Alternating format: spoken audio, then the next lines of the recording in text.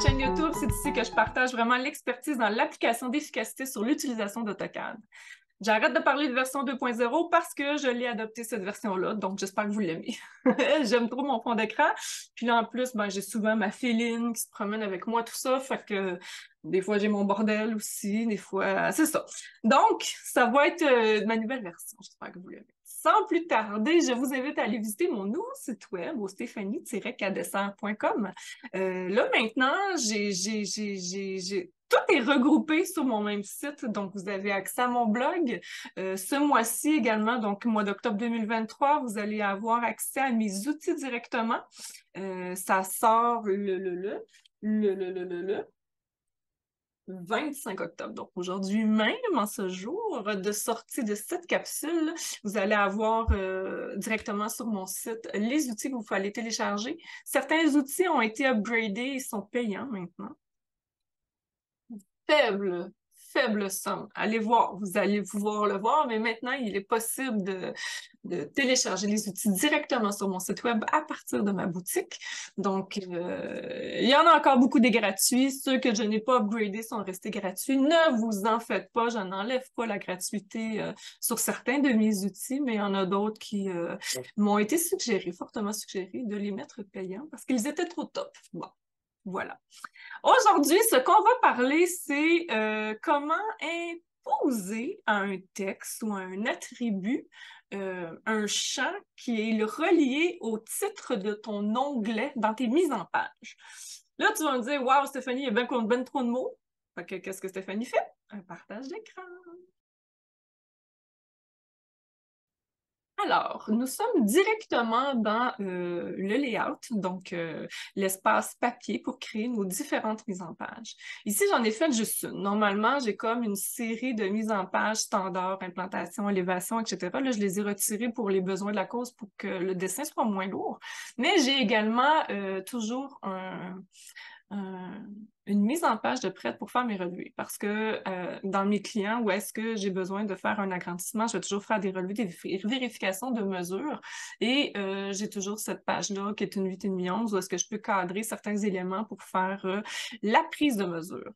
Ce que je veux vous montrer, en fait, c'est comment imposer à un texte le nom que le nom que j'inscris ici se reflète dans un texte. Donc, mettons que je fais la copie de ce layout-là, que je le mets à la fin. Vous allez voir ici, il est nommé relevé 1-2. Alors, et voilà, automatiquement, il se change. Comment imposer ce type d'information-là à un texte? C'est somme toute assez simple. Vous créez une boîte de texte ou un attribut selon votre bon vouloir. Vous double-cliquez dessus, vous sélectionnez le texte en question ou créez un autre texte à côté, c'est pas un problème. Vous faites le bouton de droite et vous allez voir Insert Field. Bon, là, ici, il y a de la triche parce que tout est déjà fait, je l'ai fait auparavant. Mais ici, dans le Field Category, vous venez voir Other, donc autre pour ceux qui sont français, système de variables, et vous venez sélectionner C-Tab.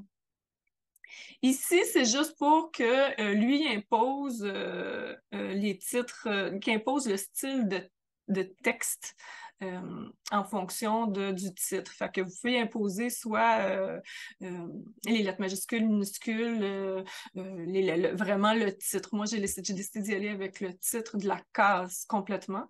Donc, c'est ce que j'ai sélectionné. Et on fait un OK là-dessus. Et voilà.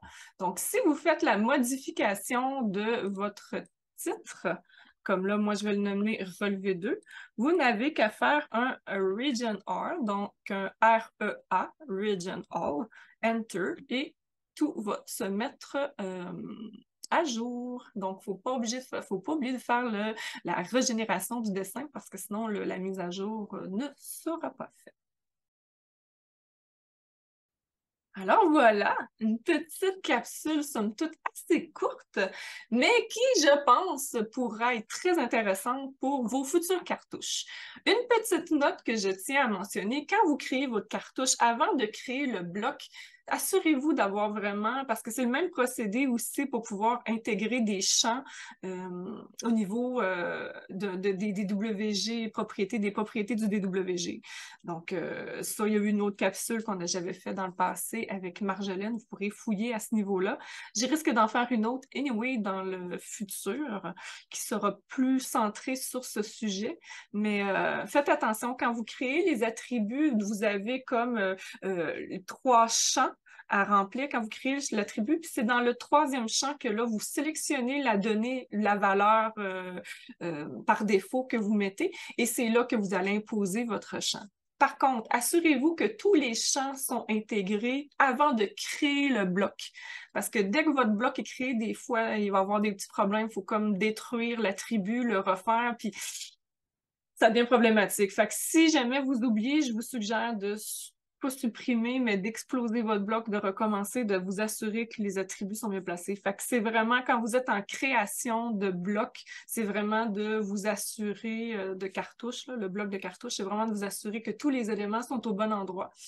Ce que je suggère souvent, si vous fonctionnez avec un bloc intégré, non pas une référence externe, assurez-vous peut-être de mettre comme les révisions, des trucs comme ça, dans vos propriétés de DWG, plutôt que de les mettre en attribut, parce que vous êtes obligé de le changer à chaque onglet.